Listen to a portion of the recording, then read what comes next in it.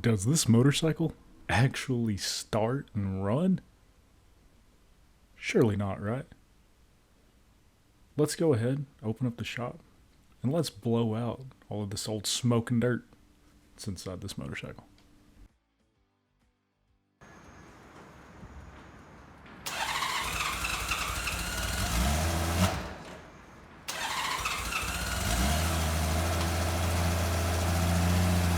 Nico!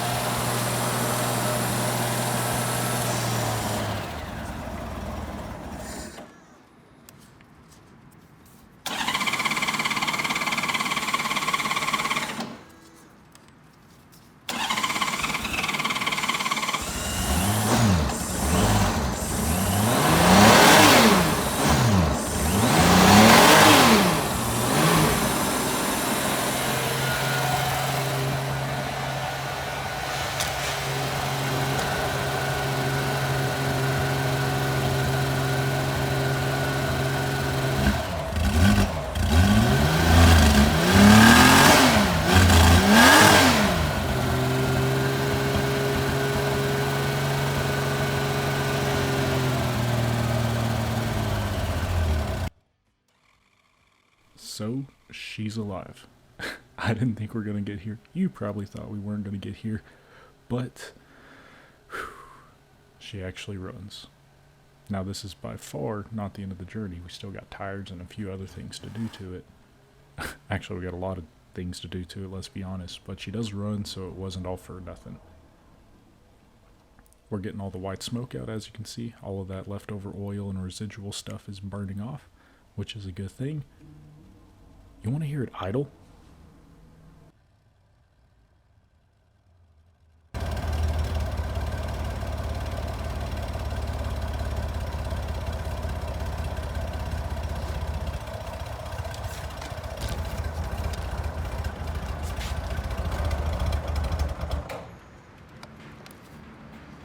She runs! So, I can't believe I'm saying this, but she actually starts. Whew. And this journey's not over. So, since this old warhorse is semi-running, we're not going to be able to drive her if we don't have new back tires on there.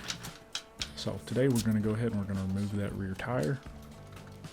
Hopefully everything goes all well and smooth. We've already disconnected the saddlebags for the most part, so that won't be an issue in this video. Once you get it jacked up, you got to work on getting the suspension off. So right here I tried to use an impact on this bolt.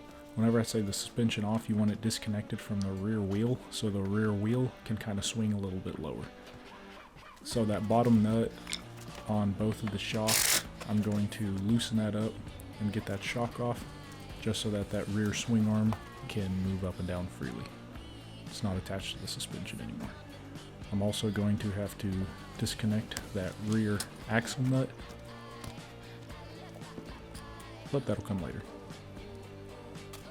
I took this one off the top to see if there was a way I could disconnect from the top, but that ended up not giving me enough room, so I had to go back and disconnect the bottom.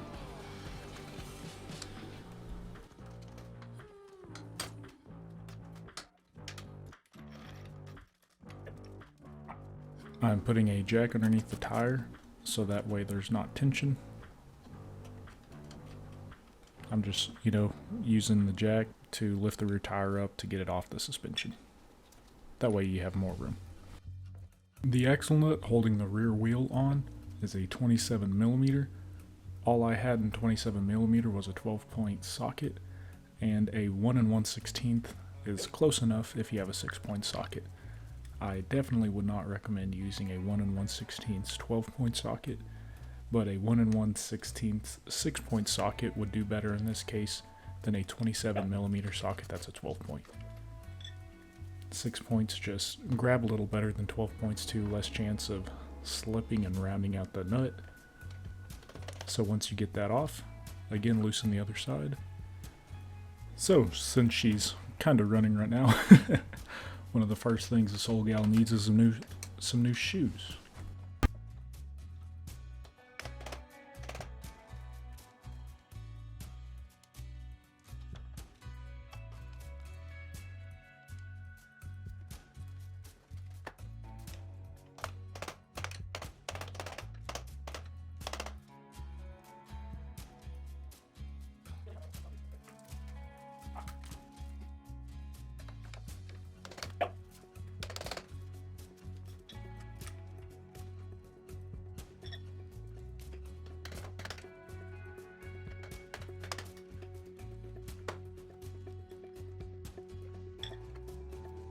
As you see, with the suspension disconnected, the rear wheel moves more freely.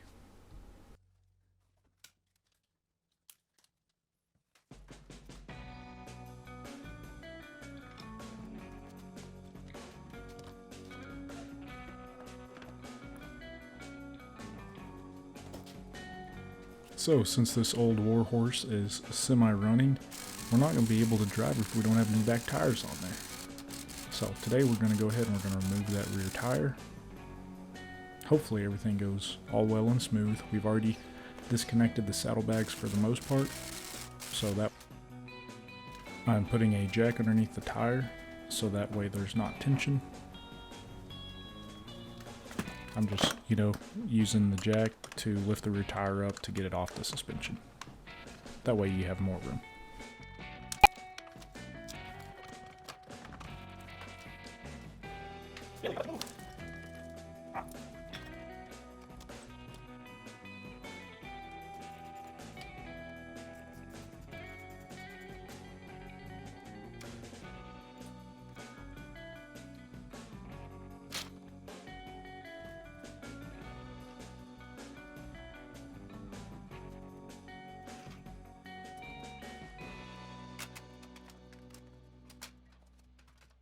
As you see, with the suspension disconnected, the rear wheel moves more freely.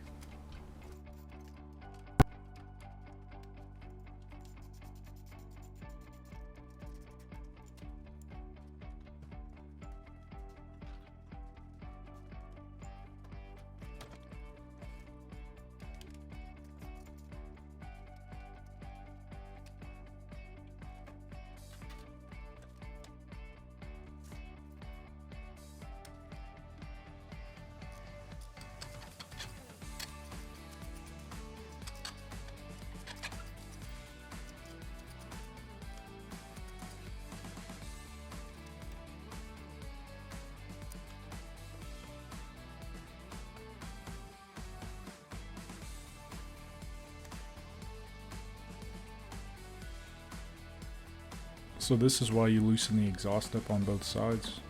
If you didn't, you wouldn't have a way of getting this axle out. This axle bolt. It's got a few different names, a lot of names. So at this point we are once you get it out, I put all the washers and everything back on in the proper order, just so that whenever I go to reinstall it, I don't mess anything up. Again, if I were you, I would take pictures of it beforehand. This is another thing that I forgot to do that I kind of did a little wrong. I would recommend loosening all these bolts prior to removing this axle.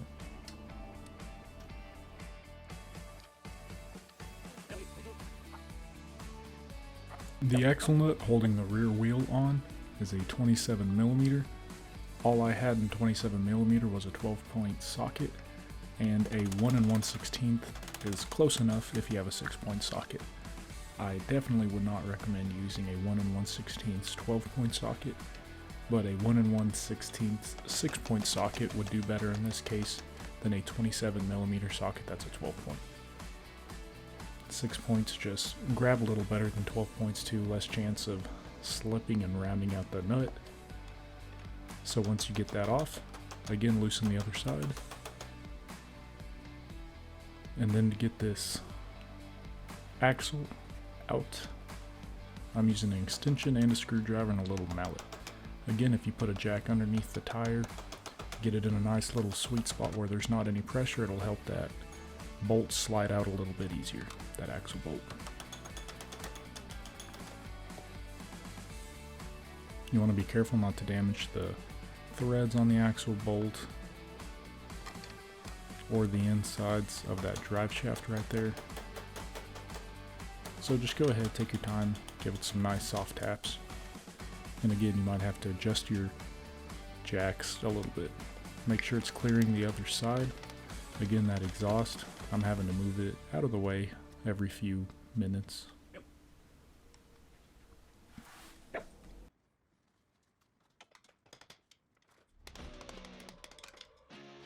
So this is why you loosen the exhaust up on both sides.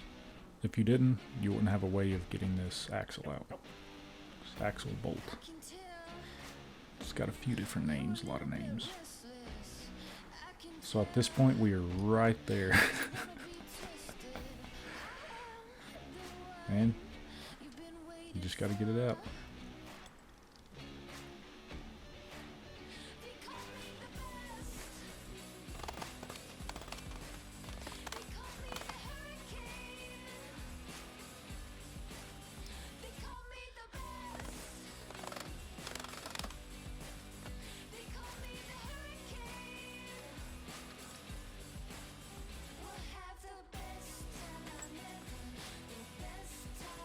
Once you get it out, I put all the washers and everything back on in the proper order, just so that whenever I go to reinstall it, I don't mess anything up.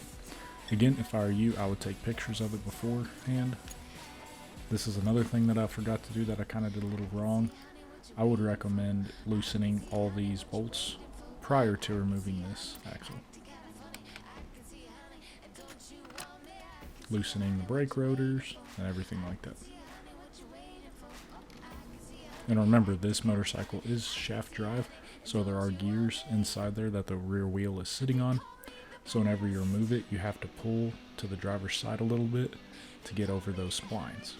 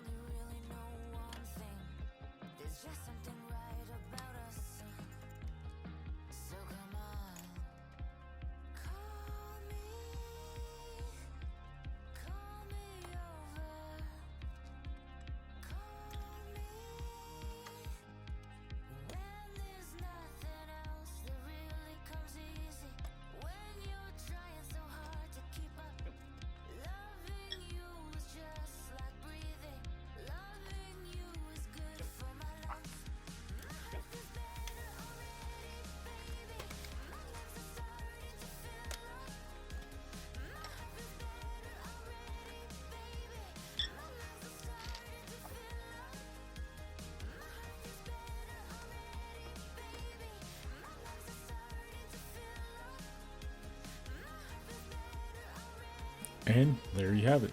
This rear wheel has been fully disconnected, and we are ready to put a new tire on it.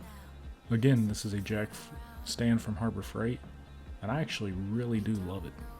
I mean, I've used it for GL1500s, Honda VTXs, and it's worked great. Well, that's all for this part. This is the 1988 GL1500 Part 18, the first start and the rear wheel removal. Thanks again for watching. This is Octane Restorations. If you enjoyed the video, give it a like and a subscribe, and thanks for watching.